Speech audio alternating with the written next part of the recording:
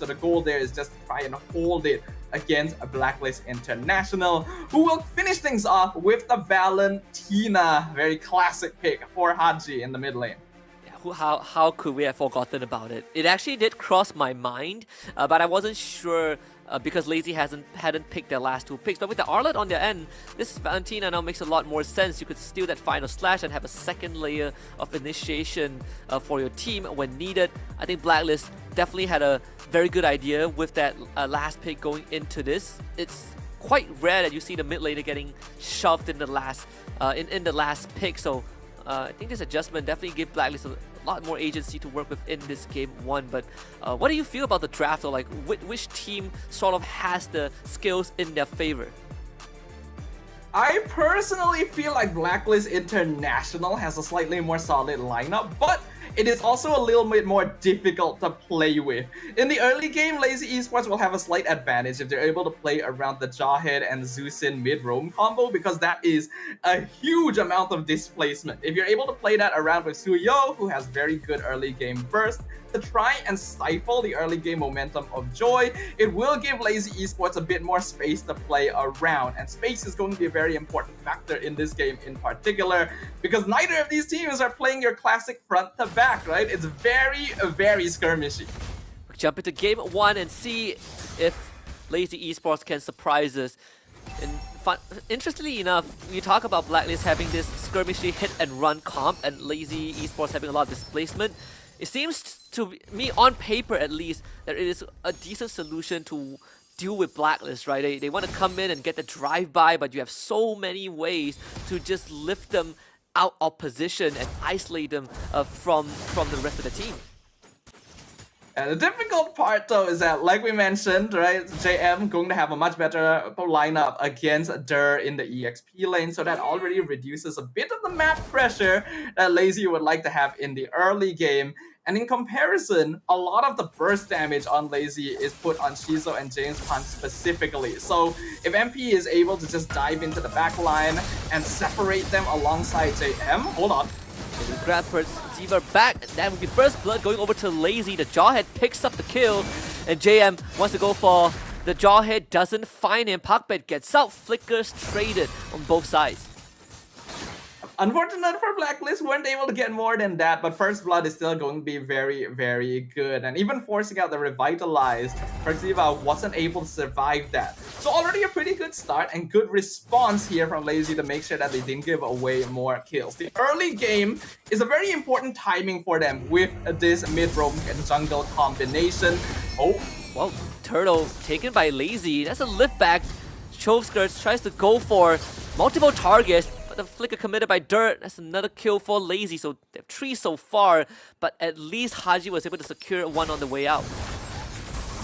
Still gonna get lifted back. Oh, yeah, a couple of displacement. Out of this world, steals the Juicin now, still gets lifted back, but Chove doesn't have the mana, so Haji escapes. And that is why the man is still known as the KDA machine, turning around that situation. Definitely a bit too deep of a dive there. I think Lazy didn't consider the possibility of the Zeusin ult being stolen to give just that extra bit of durability at the end, because otherwise that should have been a kill.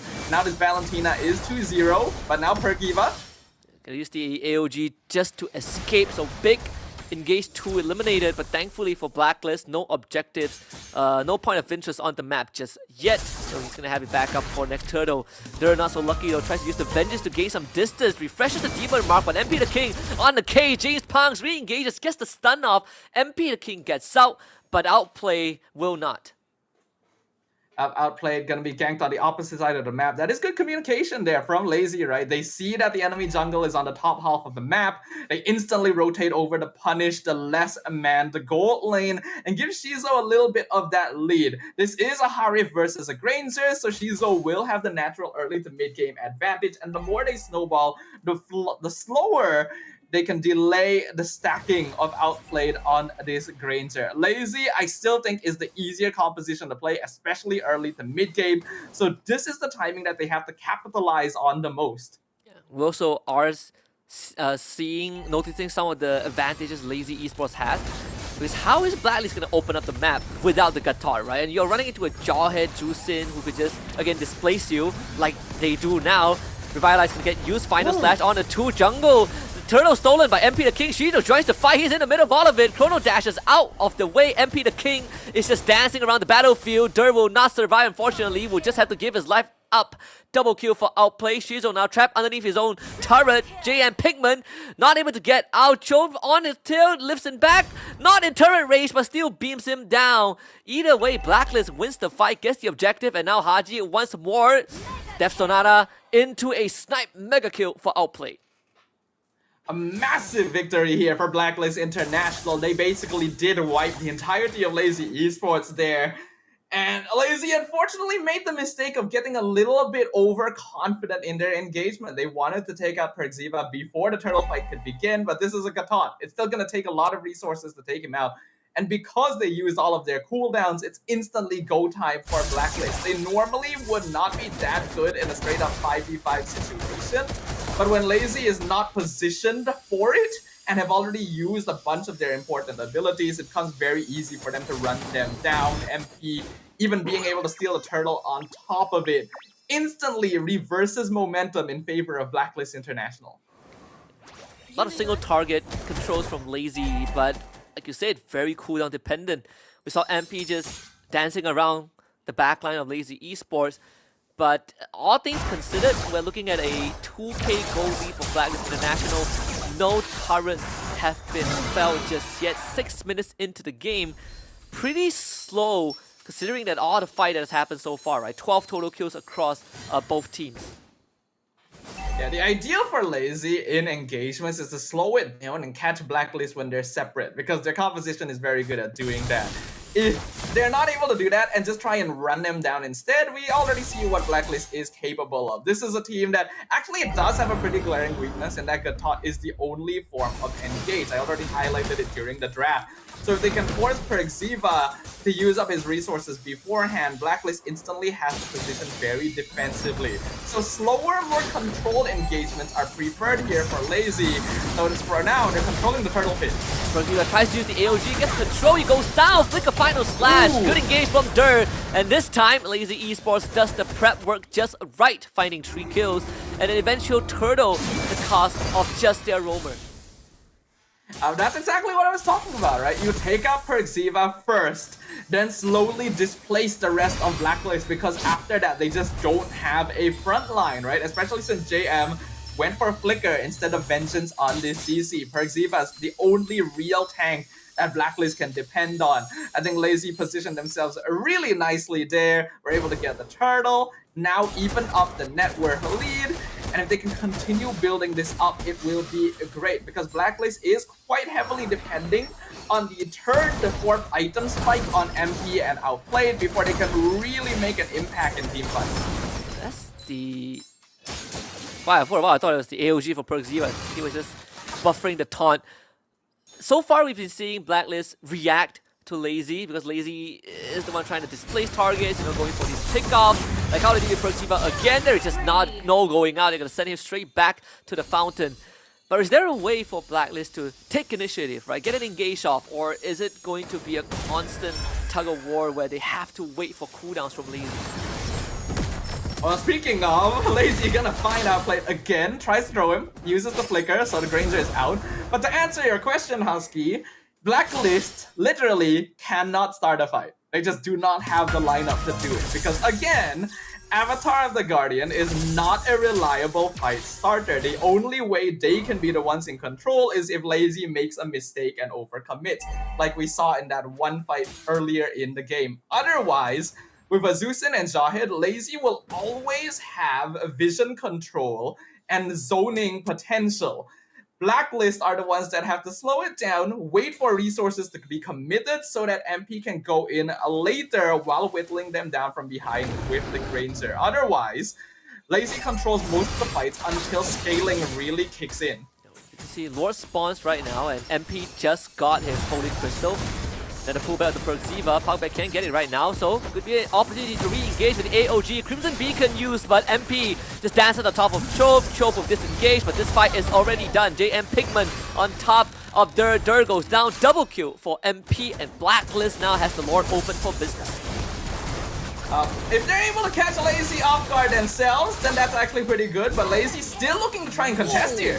Shizo's damage out of this world. Still though, Blacklist International secures the Lord.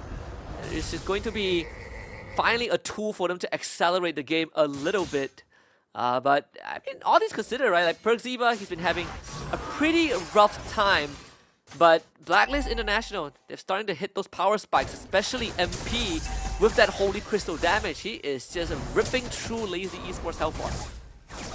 Yeah, like I mentioned, once we see the third, fourth item timing come in for MP and outplayed, Blacklist's mid to late game damage is actually terrifying, right? They're able to whittle down Lazy from afar, and a lot of these heroes on Lazy's side are going to start dropping off in like general utility, right? Jawhead especially is going to feel the heat of not being able to survive damage quite a bit.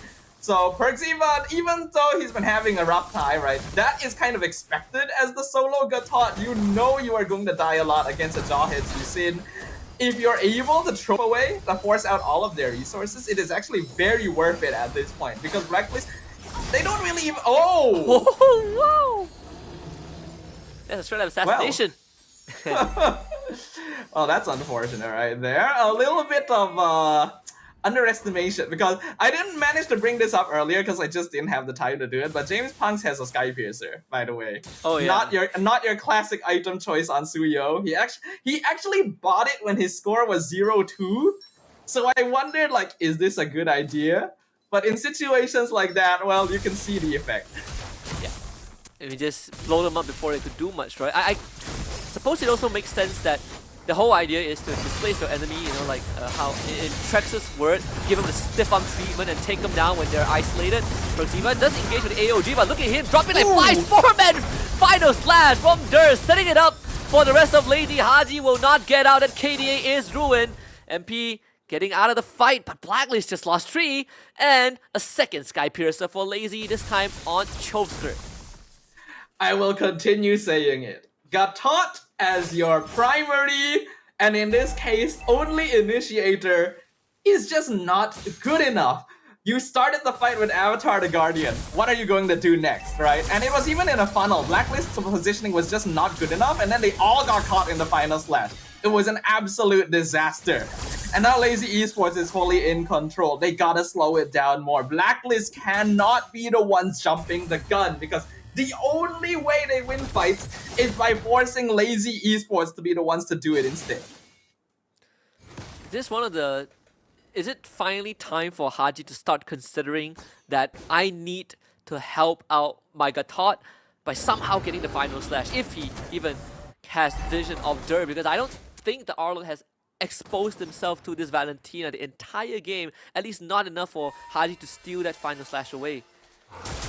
Yeah, I think Dur has been doing a very good job of keeping his positioning apart, because he knows that without that final slash, Blacklist just don't have any alternative way of engaging, right? But now the Lord being contested once again.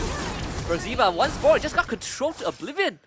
Pugback barely escaping with the life. The eject button did give him the shield.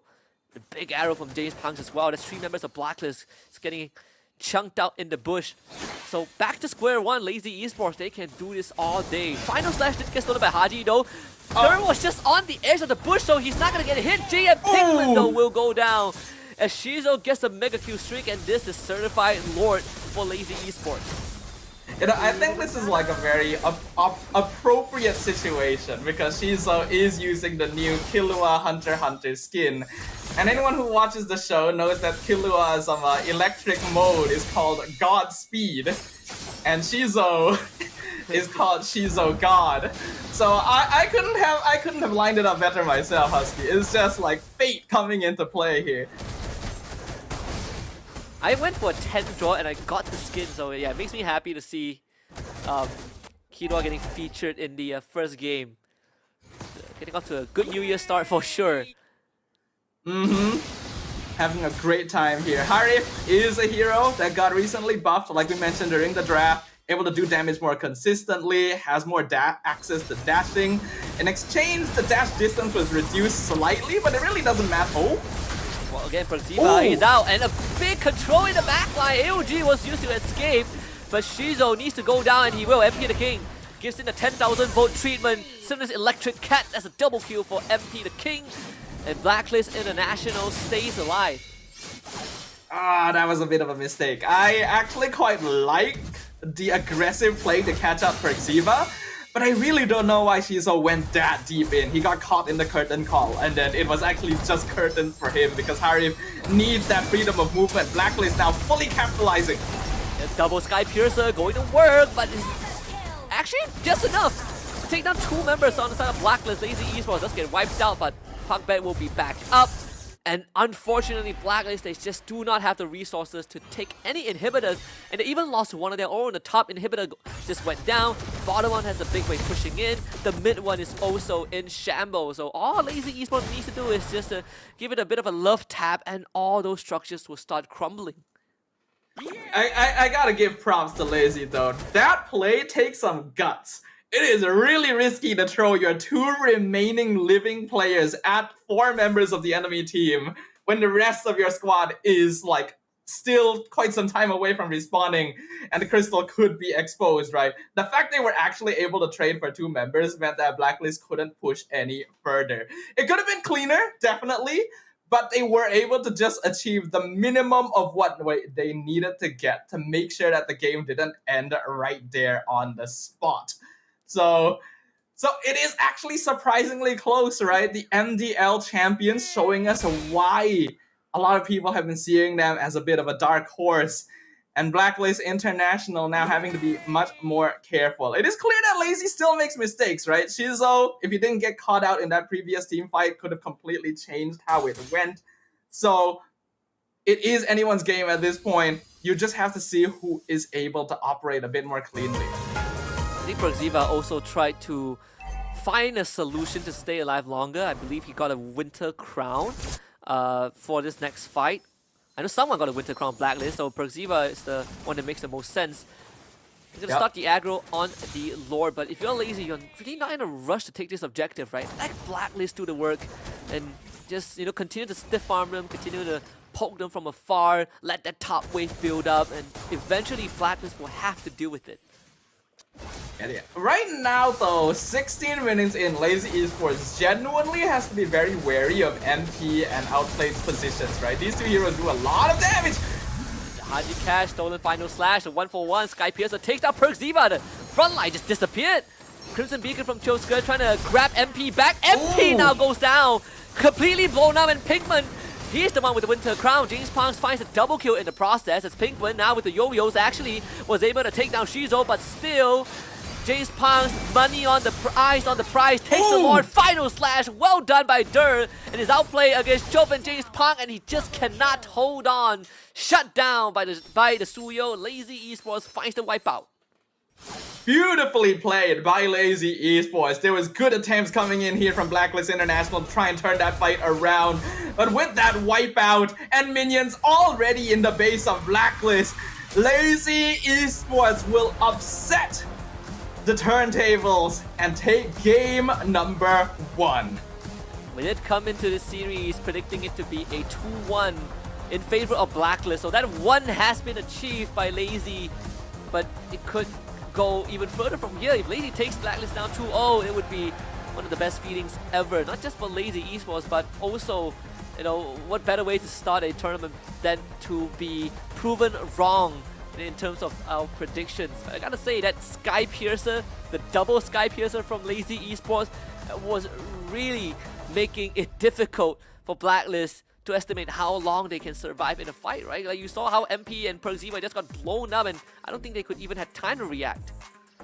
Yeah, personally, I'm a fan actually of how Lazy Esports is approaching the game. There's this freshness to it, right? There's this sensation of a team that's here to play the game and play it their way. Even in times where you think, oh, you gotta slow it down, you gotta take things more disciplined. Nope, they just go in, they wanna fight, they wanna brawl, they wanna make things happen through battling and fighting. They've got the double Sky Piercer to take advantage of that, and very good usage of the Jawhead Zusin combo to punish Blacklist International for not having enough frontline and crowd control to punish them back.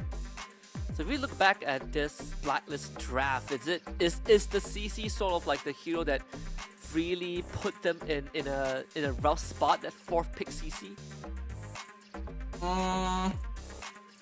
A little bit, actually. I do think so, because the reason that Blacklist went for the CC 4th pick is because after the recent buff, CC just straight up out-duels almost any EXP laner, right? It doesn't really matter what you pick at this point, CC is going to win against them. So Blacklist felt very comfortable with going for that as a safe blind pick, not knowing what Lazy's EXP laner was yet.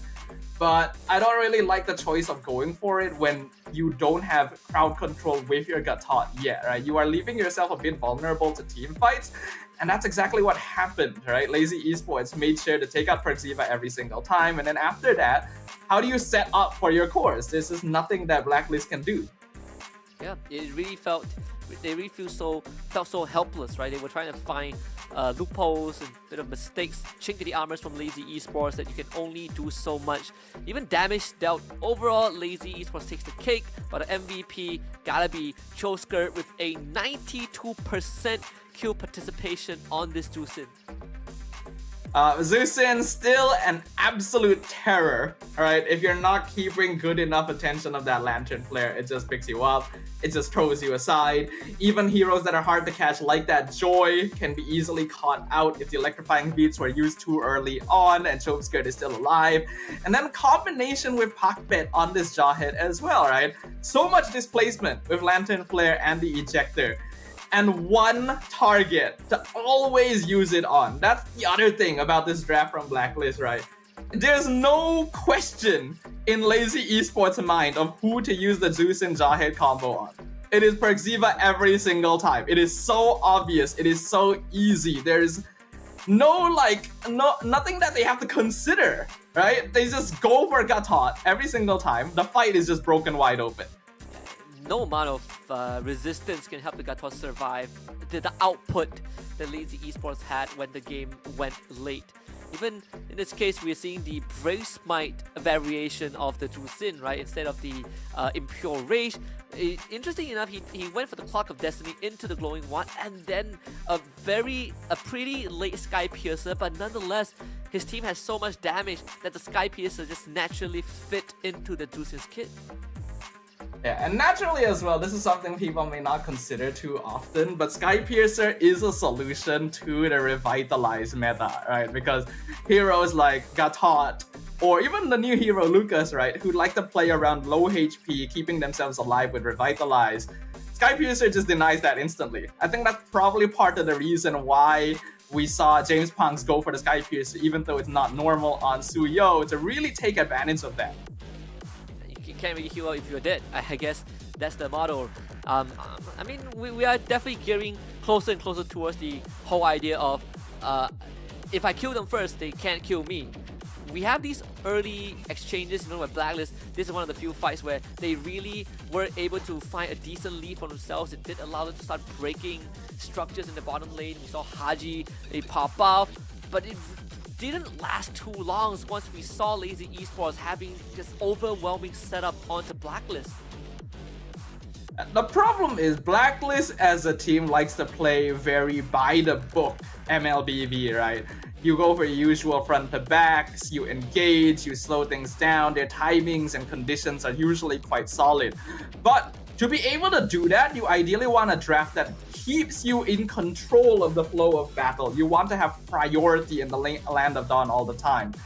And again, one single Gatot doesn't give you that, especially against Zeus and Jawhead, right? So they're never able to start fights. They're never able to open the map. The few fights that Blacklist won was when Lazy Esports overcommitted, right? So that already denies a lot of potential playmaking ability from a team that wants to do so. I want to give props to Lazy as well, because even in these fights where they were punished for going over aggressive, they never overcompensated, right? They didn't like go into the next fight like super careful. They just went hard because they knew that they were the ones in control and they couldn't give that away to their opponents.